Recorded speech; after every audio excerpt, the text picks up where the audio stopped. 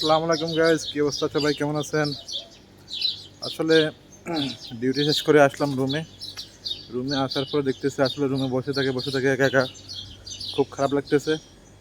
আর শরীর স্বাস্থ্য যে বাড়তেছে, দেশের মানুষ হয়তো দেশে গেলে আর চিনবে না। তাই ভাবতেছি আসলে এক্সারসাইজ, একটু হাঁটাহুটা খুব জরুরি স্বাস্থ্যের জন্য। তাই বেরিয়ে পড়লাম একটু হাঁটাহুটা করার জন্য। এখানে আমার রুমের অপর গলিতে আমার রুম, হাঁটতে বাইরে হলাম গলিতে। সামনে একটা পার্ক আছে, পার্কে গেলে একটু হাঁটাহুটা করবো। হাঁটাহুটা করে 1-1.5 ঘন্টা হাঁটাহুটা করে আবার চলে আসবো রুমে। কারণ রুমে আসলে একা একা রুমে বোর হয়ে যায় মানুষ। আসলে কতক্ষণ রুমে বসে দেখতে পারে? আর বসে থাকে থাকে হয়তো দেখতেছে স্বাস্থ্যের অবস্থা খুব শোচনীয় অবস্থা হইতেছে। ভাবতেছে হাঁটাহুটা ডেলি করতে হবে। হাঁটাহুটা 2-3 কিলোমিটার হাঁটাহুটা করলে হয়তো স্বাস্থ্য ঠিক থাকবে। সামনে একটা পার্ক আছে, পার্কের দিকে যাচ্ছি। আসলে বর্তমানে এখন কাতারের অবস্থা গরম চালু, কারণ কাতারেও এখন প্রচুর গরম লাগতেছে। বাংলাদেশের মতন এখানেও কাতারেও গরম পড়তেছে।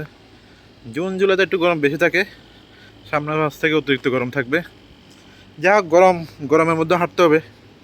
যদি গরম ভেবে আসলে রুমে বসে থাকি, তাহলে স্বাস্থ্য দিন দিন বেড়ে যাবে, দেশের মানুষ পরে আর চিনবে না।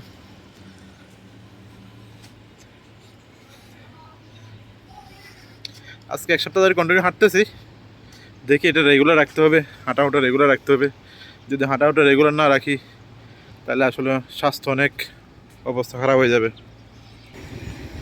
দেখেন, আসলে কাতারের গলি রাস্তাগুলো খুব সুন্দর, সুন্দর পরিবেশ।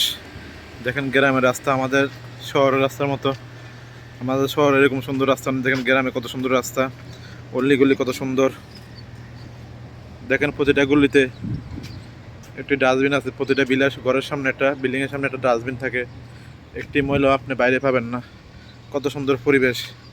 আর আমাদের যেদিকে এদিকে ময়লা আবর্জনা আমরা ফেলে থাকি আমাদের দেশে।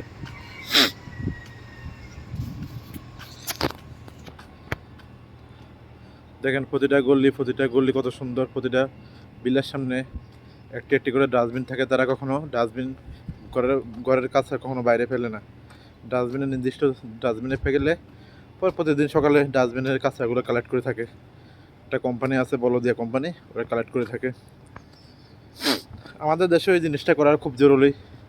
সবার বাড়িতে, সবার মানে এলাকায়, সব শহরে, সিটিতে প্রতিটা ঘরের বিল্ডিংয়ের সামনে একটা একটা ডাস্টবিন আসলে রাখা খুব জরুরি আমি মনে করি। আমার রুম থেকে পার্কে আসতে লাগে যায় আপনার 10-15 মিনিট। আসলে তারপরেও কাছে বিদায়, এই জন্য পার্কটাতে প্রতিদিন আসি হাঁটার জন্য। এখানে অনেক মানুষ হাঁটতে আসে বিকেলবেলা পার্কটাতে।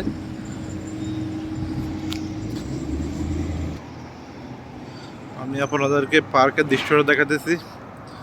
সামনে হচ্ছে পার্ক। আসলে এটি হচ্ছে মূলত পার্ক, যেখানে আমি প্রতিদিন বিকেলে হাঁটতে আসি। এটা হচ্ছে মূলত পার্ক, অনেক সুন্দর পার্ক। এখানে অনেকে হাঁটতে আসে বিকালবেলা।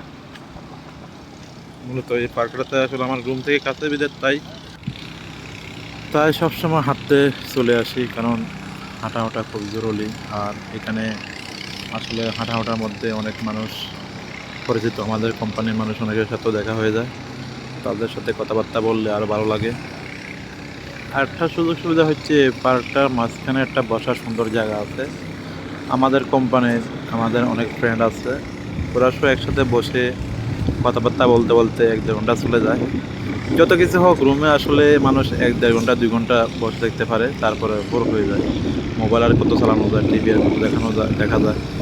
তাই হয়তো এখানে বাড়ি আসলে হয়তো একটু আবহাওয়া সুন্দর উপভোগ করা যায়, প্রকৃতির আবহাওয়া সুন্দরভাবে উপভোগ করা যায়, সাথে অনেকের সাথে দেখা হয়ে যায়।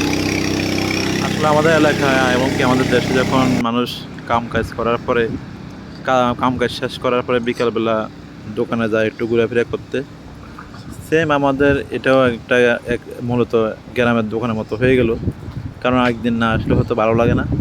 তাই আসলে মূলত এখানে বিকালবেলা আসা হয়, হাঁটাহুটা করে একসাথে বসে আলাপ আলোচনা কথাবার্তা বলি আমরা। কয়েকজনের কথাবার্তা বলার পরে পরে কী করি আমরা, সবাই চা কফি খেয়ে সবাই সবাই রুমে চলে যায়। পরের দিন আবার ডিউটি চালু হয়ে যায়।